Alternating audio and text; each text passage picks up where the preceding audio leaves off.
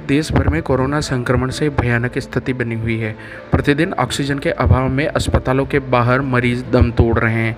ऐसे में ऑक्सीजन को लेकर गुरुवार को एक बड़ी लापरवाही सामने आई। मारवाड़ जंक्शन के रेलवे स्टेशन से गुजर रही एक मालगाड़ी में रखे ऑक्सीजन टैंकर लीक हो गए और इस लीक होने के बाद भी अधिकारियों को इसकी भनक नहीं पड़ी। रेलवे स्टेशन पर खड़े यात्रियों ने इसका वीडियो बनाकर जब सोशल मीडिया पर वायरल किया तो आनन फानन में रेलवे अधिकारियों ने तुरंत कार्रवाई शुरू की और ट्रेन को रुकवाया। ईटीवी भारत के लिए पाली से प्रवीण सिंह।